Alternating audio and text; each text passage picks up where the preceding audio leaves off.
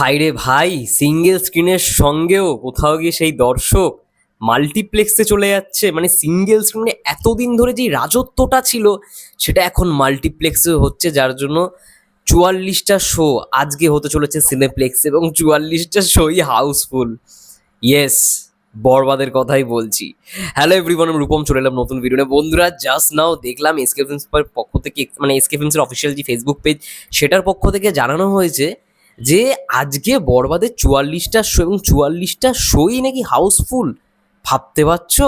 এবং যেটা গতকাল ছিল মানে ৪৩টা, একটা বাড়ানো হয়েছে সিনেপ্লেক্সে, এবং ৪৩টার বদলে ৪৪টা, সেই জায়গায় ৪৪টা শো যাচ্ছে হাউসফুল সিনেপ্লেক্সে। তাও আবার এটা সিঙ্গেল স্ক্রিন হয় মানা যায়, ভাই সিনেপ্লেক্সে ভাই পুরো সমানে সমানে টক্কর। মানে সিঙ্গেল স্ক্রিন এতদিন ধরে রাজত্ব করতো, শাকিব খান আবার মানে মাল্টিপ্লেক্স বা সিনেপ্লেক্সটাকেও নিয়ে নিল। কি হবে আমি শুধু ভাবছি বাকি সিনেমাগুলো। যাই হোক, সেগুলো ভালো কালেকশন করছে, কিন্তু চাহিদা তো ভাই শুধু একটা সিনেমার, বরবাদ বরবাদ বরবাদ। মেহেদী হাসান হৃদয় ভাই যা দেখিয়ে দিয়েছে খেলা, বরবাদ সিনেমায় যা পেয়ে গেছে দর্শক, দর্শক বারবার মানে টাকা খরচা করেও হোক বারবার সিনেমাটা দেখতে আসছে। এর থেকে খুশির খবর আর কি হয় যে বাংলা সিনেমায় আজকে এত বড়ভাবে মেকিং করে এত বড় কিছু জিনিস দেখিয়ে দর্শকরা আনন্দ পেয়েছে, তাই না? এটাই সব থেকে খুশির খবর।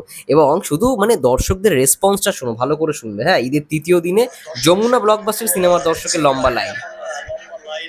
হয়েছে সেটার পাশাপাশি যে চলচ্চিত্রে বাংলা সিনেমাকে এভাবে দর্শকরা দেখতে হবে, এখানকার দর্শকদের সাথে একটু কথা বলতে চাই।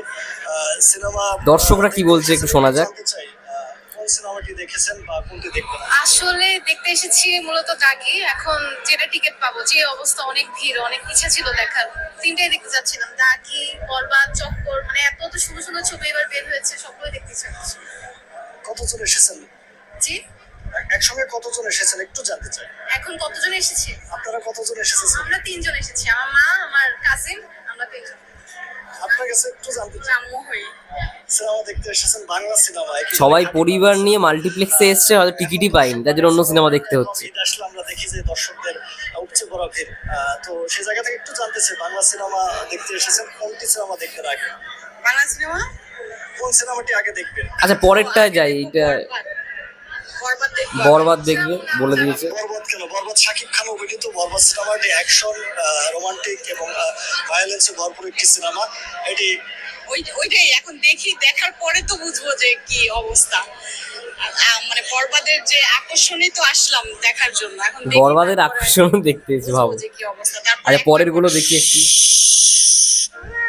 বাবা, সাভার নবীনগর হলে বরবাদ ছবি দেখতে আসলে দুদিন আগে আসবে। দেখো অবস্থা, দেখো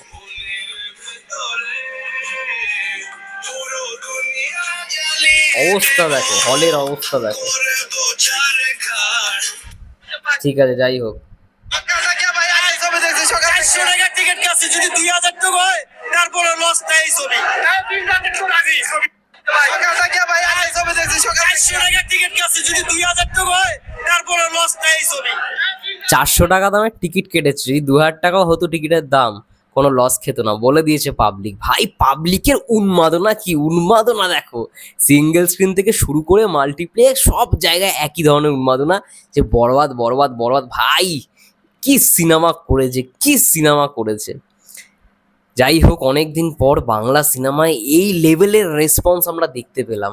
অনেক দিন পর সবাই বলছে গল্প খুব ভালো, সবাই বলছে যেরকম মানে গিমিক, সবাই বলছে যেরকম মেকিং, সব থেকে ভালো যেই প্রশংসা মেকিং। এবং মেগাস্টারকে কি লাগছে, তার ডায়লগ, তার লুক অ্যান্ড ফিল, ভাই সেরা, সব ফাটিয়ে দিয়েছে। যাই হোক, হোপ ফর দ্য বেস্ট। আরও অনেক আপডেট আসছে, চোখ রেখো। ততক্ষণের জন্য সবাই ভালো থেকো, সুস্থ থেকো, টেক কেয়ার।